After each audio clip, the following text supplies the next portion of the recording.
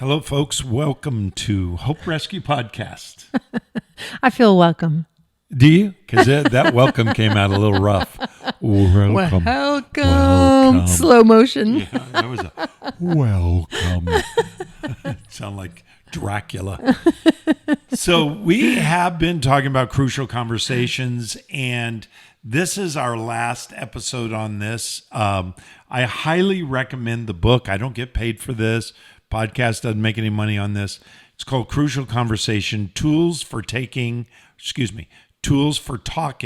When Stakes Are High. Absolutely best book on communication I've ever read. And I've recommended it to many, many people, couples that are getting married, business people. I go through it with my teams, my corporate teams. And it's really valuable. And we've come to this last episode on our podcast talking about speaking from the heart. Here's what I want to tell you. If you love the people you're talking to, we'll notch that down a little bit. If you care about, you don't love them. Yeah, especially like I if love you're in my the corporate wife, world. I love my children, but in the corporate world, if you like, there are several people that I do love at work. They're my personal friends and so forth. But if you like people, if you care about people, you want to speak from the heart, and sometimes it's hard to get there. I just want to interject this. Yeah. As believers, we are called to love one another. Mm-hmm. That's the most important commandment. So even if we don't feel love, this is a tool for loving well the said. people that you lead, and whether it's in your home or that you love. Yeah. Whether you feel love or not, this is a loving thing to do. I don't feel it, but I love you. I'm going to give you that at next Valentine. Last month we had Valentine, and my card said, I don't feel it, but I love you. No, actually, that's good advice. And here's something that we keep in mind. Kimberly, would you read Philippians 2:3? Yes. It says, do nothing from selfish ambition or conceit, but in humility count others more significant than yourselves. That's loving. That's what love is. Think about when you look at somebody as more significant than you, that doesn't mean that you have low self-esteem Right. and you feel worthless. What you do is you look at their needs. The Preferring. next verse, I should have put this next verse on here, babe. And that is, it says that while you're taking care of your interests, in verse 4, that you look to the needs of the other people too.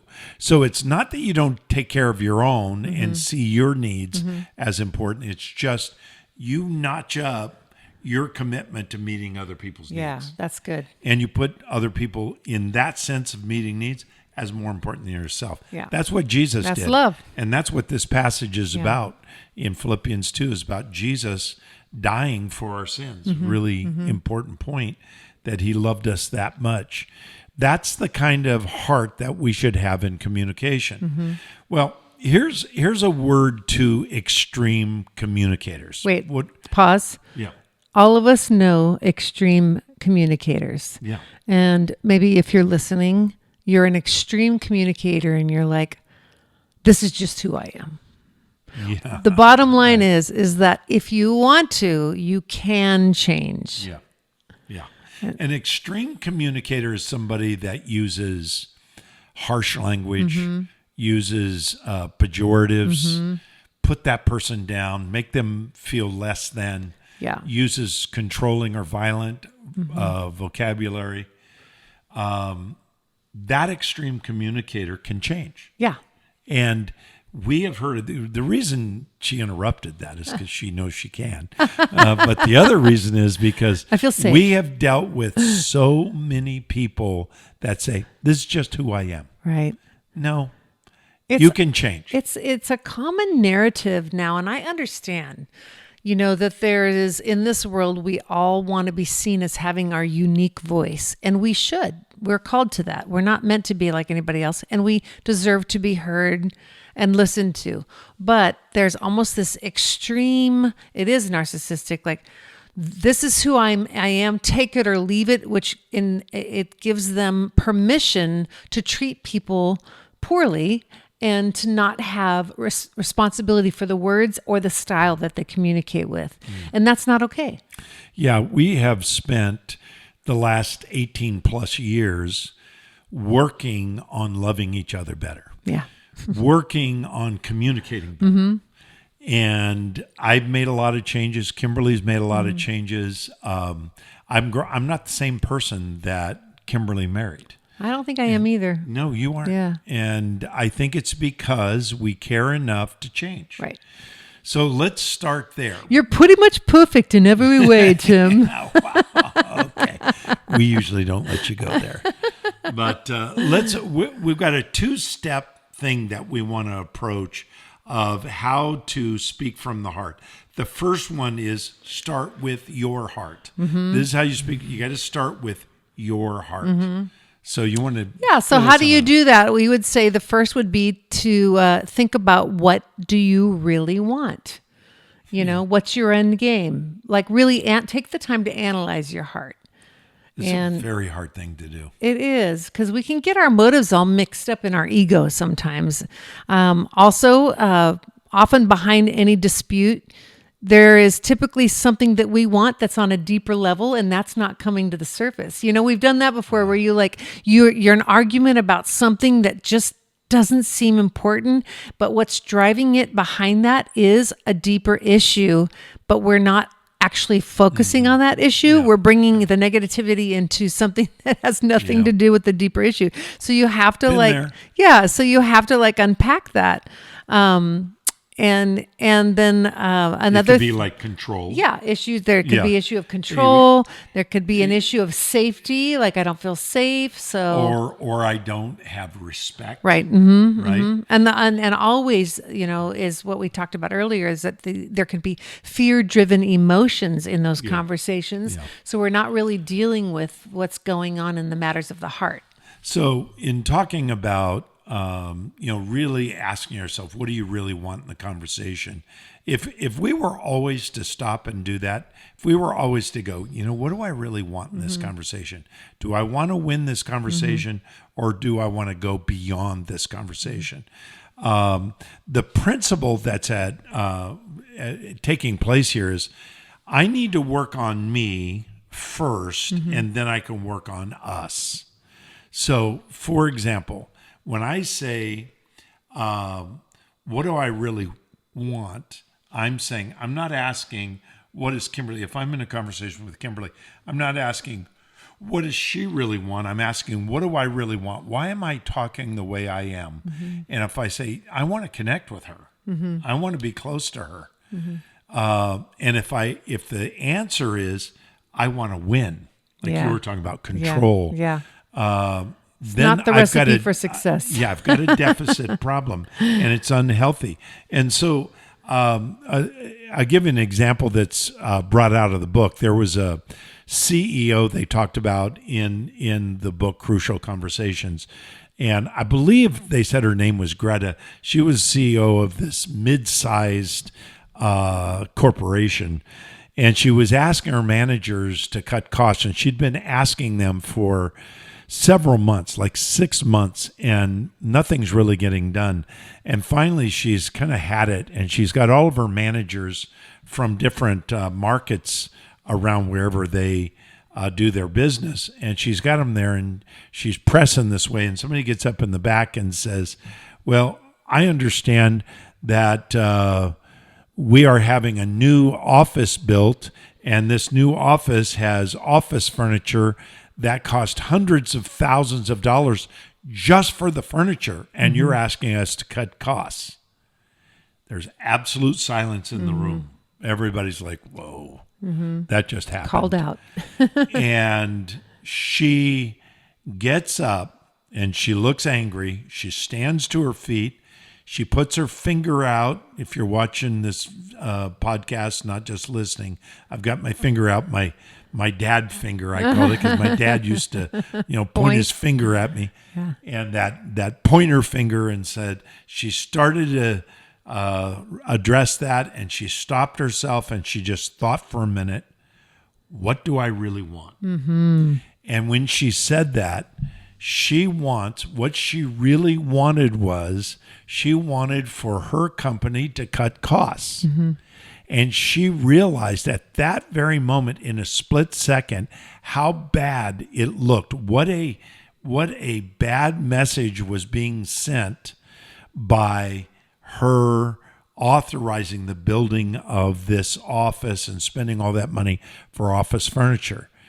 She did explain, after she thought about it, she said, I want you to understand why I did this and how I need to rethink it, because I don't know the exact numbers, but let me say, this is something, even though my office will be in there, this is really for our marketing team, she went on to explain, and we're hoping to have people that will be potential customers see that office and say, wow, this is a good company to be a part of. But it may be a mistake and it's going to be revisited. So she really addressed their concern and maybe her oversight. Instead of, she said, I really wanted to just put this guy in his place. He made me, he embarrassed me in front of everybody. And so we really need to get behind why we do what we do. We start with the heart and we ask ourselves the question, what do I really want? And we're driven by that human need to react, which is just such a mistake to have that crucial conversation in that moment. But when you feel like that's coming on and you want to react, these are the things you need to stop and ask yourself. One of them would be, what do I want for me in this? Analyze your motives. What's your motives in this conversation? What do you want to happen? What do you want communicated? What's your end goal? The second would be, what do I want for others? What do I want for these people? That's hard to ask when you're upset. Right. And this is why it's good to pause before having a crucial conversation. Sometimes you're just in it, but this is a good practice. This just you can reflect in a matter of moments. If you give yourself just a space to breathe, go to the bathroom, come back. Okay. Yeah, just like she did. She had just a second because everybody's waiting for her response. Right. But she was able to check herself because she has thought about this more than once. You need to think about it before you get in a crucial conversation or anything that pops up. You can never control when they happen. What do I want for others? Okay. What do I want for me? What do I want for others? What do I want for us? Like, what's the mutual gain here for me in what I'm about to communicate? And most importantly, what do I want for the future? So it's not a difficult list to go through. You think about yourself, you think about them, you think about you as a team and your future. Yeah. So that's the little quick checklist you can do in your mind before you have that conversation with your spouse, as a family, and with your friendships even, check your heart, check whether or not you're thinking about their heart, check about what you think it's going to do, the impact of what you're going to say to the relationship, and then how's it going to impact your relationship in the future. Yeah, that's good. What do I really want? Not what do I want right now? Right now, I want to lash out. Yeah. That's the wrong motive. Right. So the first step is to really get inside what is in my heart. What do I really want? The second step is this: refuse the fool's choice. Now, if you've been listening to this series, you know what we're talking about when we talk about a fool's choice. It's that, maybe you learned it as the false dichotomy. Like, I have two options, both of them are bad. I either lash out and lose my friend, or I say nothing, and if I say nothing, then this continues. There's really probably another option. So refuse that fool's choice. Understand what else there may be. Ask yourself and look for the and. You say, this, I can do this, or I can do this. But wait a minute. And there is a third option. That's what you need to look at. So just a few things about the third option. Yeah, just the third option would be, first you ask, what do I want, not just right now, but in the long run for myself and others? Yeah. So think about that. The second would be, ask, what don't I want? Like, Boy, what, that's hard. what do I not want? Where do I not want this place to go? Where do I, how far am I willing to take this, and what will be the consequences if I don't turn this around? So think about the last time you were in an argument with someone you love. either a romantic relationship or a really strong friendship. And in the middle of the conversation, you realize you're wrong. And you realize, I love this person and I don't want to alienate them. You have to get to that place where you go, what don't I want? I don't want to alienate this person. So what do I really want? I want connection. And as you said, the first thing is, what do I want in the long run? What's the third thing? Third, you ask, what other alternative is there? That's So the you and. reassess. That's the and. And there's always another alternative. Yeah. I just let me kind of close with this illustration, just a business illustration. A lot of times, when you're in a very complex business, as I am, my business is very complex, and sometimes we're a manufacturer, we're a distributor, we have salespeople. We have commissions that have to be paid. We have a lot going on. There's a lot of, because we're an international company, we have a lot of regulations. So there's a lot of things going on. And there's a lot of personnel involved, scores and scores of people that are involved in this. And I have seen where employees have said about another employee that their product, the thing that they're producing is not good. In fact, it's subpar and you need to fire that person. I've actually had that conversation. You need to fire this person. And so I say, what do you really want? You want that person fired? Is that what you really want? No, I actually like the person. I'm tired of them making mistakes. Okay. What do you really want? Well, I want a better product. Okay.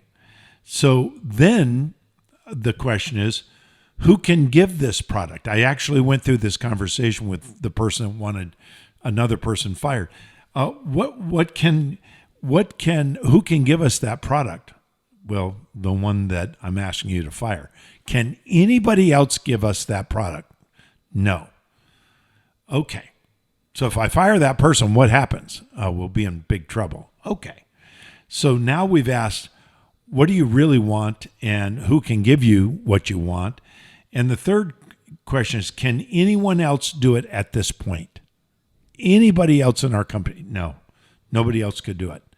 So here's the solution. Let's think about a solution. And here's what we came up with. There needs to be accountability for checking the work. And of course, in any kind of manufacturing and distribution, you have to have what's called QC systems, quality control systems. So what we need is rigorous quality control systems have to be in place so that the product is done right.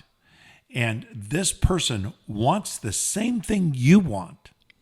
Your stated goal was get rid of this person, but that's not going to work because it's at cross purposes with what you want. So do you see what I'm saying?